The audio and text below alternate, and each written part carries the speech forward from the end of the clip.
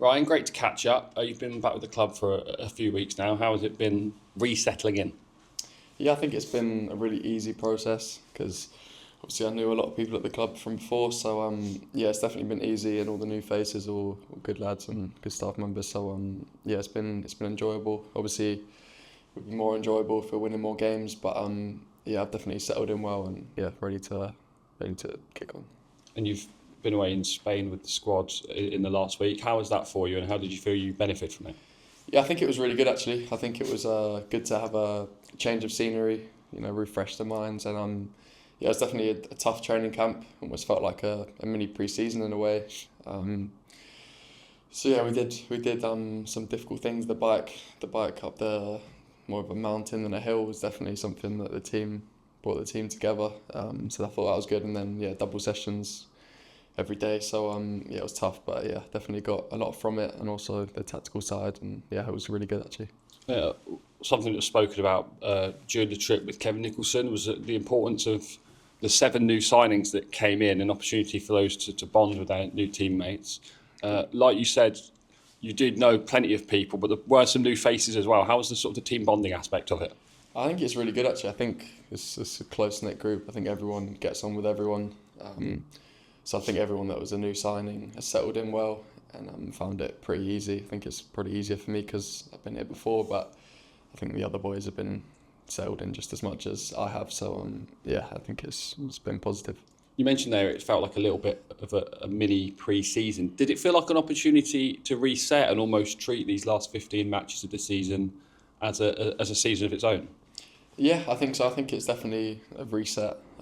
Yeah, like I said, the change of scenery, and now we're back here. We need to just smash out the games and get the wins that we need. So yeah, I think it's definitely a little reset. And those 15 games, I think what you said, yeah, we need to do well.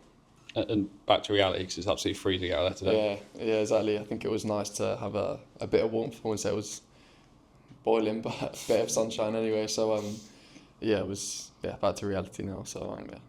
Despite not being here, was the week still treated the same schedule-wise? So you did your A stuff, and then towards the end of the week you focused on the tactical side of things with Northampton? Yeah, I mean, it's as much as we were at a different training ground, different place, it's the exact same. We got a game Saturday, so we prepare for it in the same way. So yeah, nothing changed in that sense. I think when you're away somewhere, you spend more time together, so there's probably more meetings, in the evenings and different things. So I think there's even more focus on it, if anything. Obviously, going out there to look for the win, which states the obvious, but what have you guys particularly looked at in terms of how we can change our performances and results?